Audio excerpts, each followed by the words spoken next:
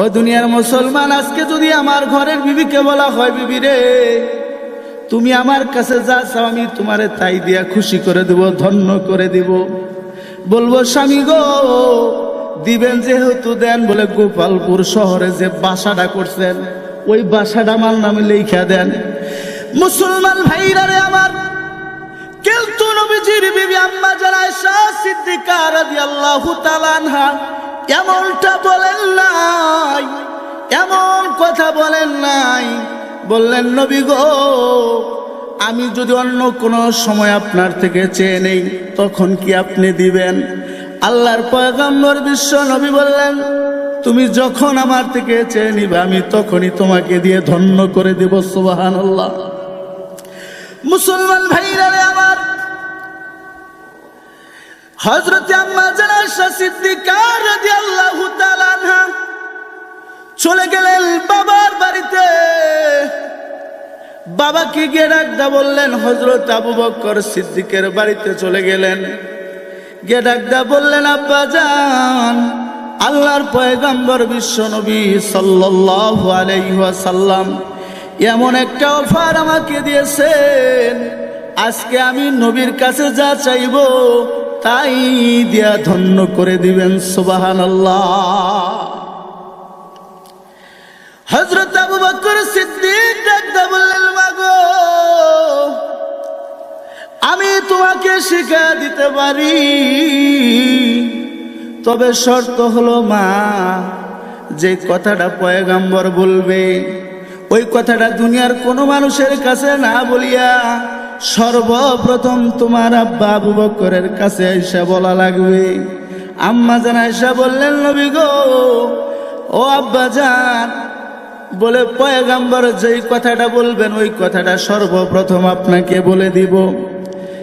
আল্লাহর নবীর সাহাবী হযরত আবু বকর সিদ্দিক বললেন মাগো পয়গম্বর আরবি বিশ্ব নবীর কাছে গিয়ে জিজ্ঞাসা করো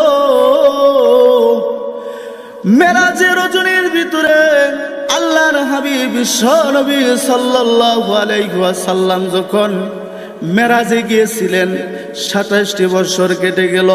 হিজাজে কুবরা কাবায়ে কাউসাইন আল্লাহর নিজস্ব বরদার কাছে যখন নিয়েছিলেন, ২৭টি বছর যখন কেটে গেছে উম্মতের জন্য নামাজ নিয়ে আসলেন, উম্মতের জন্য হুকুম নিয়ে আসলেন। এমন কোন কথা কি এখনো বাকি আছে কিনা যেটা এখন পর্যন্ত উম্মতের মাঝে বলা হয় নাই? এই কথাটা গিয়া তুমি বিশ্ব নবীর কাছে জিজ্ঞাসা করো। সুবহানাল্লাহ বলবো না? মুসলমান ভাইরা রে আমার, আম্মা জান হযরত আয়েশা সিদ্দিকা রাদিয়াল্লাহু তাআলা আনহা চলে গেলেন পয়গম্বরের কাছে। আম্মা জান আয়েশা গিয়া বলেন ইয়া রাসূলুল্লাহ, ইয়া হাবিবাল্লাহ, নবী গো ও পয়গম্বর, আমি যদি আজকে আপনার কাছে কিছু চাই তাহলে আপনি দিবেন কি?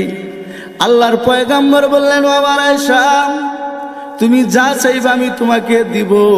বলে ইয়া রাসূলুল্লাহ, ইয়া হাবিবাল্লাহ, আপনি যখন মেরাজে গিয়েছিলেন ২৭টি বছর আপনি মেরাজে কাটিয়ে দিলেন।